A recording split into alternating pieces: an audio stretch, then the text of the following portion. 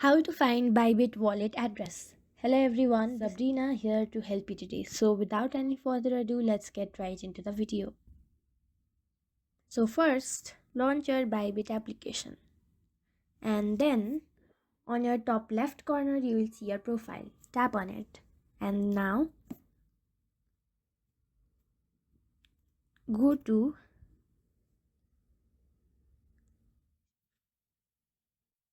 deposit. If you cannot find it over here, you will find it over here. And select a currency or a crypto and select a chain type.